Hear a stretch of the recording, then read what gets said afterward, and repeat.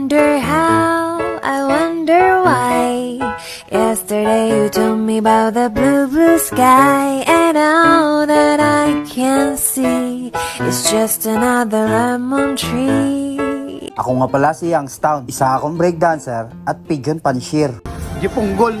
Magandang araw mga kalapatids. Mukhang nakaalis na yung bagyo. Eto, sumisikat na nga yung araw at nandito tayo ngayon sa ating loft. Eto pala, papakita ko muna sa inyo yung breeder cage natin. Ayan, wala na pong laman yan dahil po laging nag-uulan at nababasa yung mga breeder natin. Dito nga, nilipat ko sila dito sa ating loft. Ayan sila lahat oh. Yan, ganyan na pala ang itsura ng ating loft ngayon para naman hindi nila maapakan yung dumi nila. Ayan sila, umagang kay ganda talaga at magkukudkod na naman tayo ng loft mga kalapatids. At dito nga, ayan oh, ganito na ang itsura ng loft natin. Ayan, may apakan na silang ganyan. At hindi ko na nabidyohan yan mga kalapatids yung paglagari ko sa mga yan kasi sobrang hirap talaga ng dinanas ko. Matanggal ko lang at ma-square ko ng ganyan yan mga kalapatids. At dito nga ayan oh, itong mga ibon natin nandyan lang sila dahil hindi ko sila pwedeng pakawalan mga kalapatids hindi sila marunong mga kalapatids, baka mawala sila. At yan nga oh, habang nagkukudkud ako, nandyan lang din sila. Eto pala yung tiger gristle natin, yung itim natin. Hiniwalay ko sila dyan para mapurga ko sila mamaya. Ayan mga kalapatids oh, silang dalawa yung nandyan at sila yung pagpaparising ko.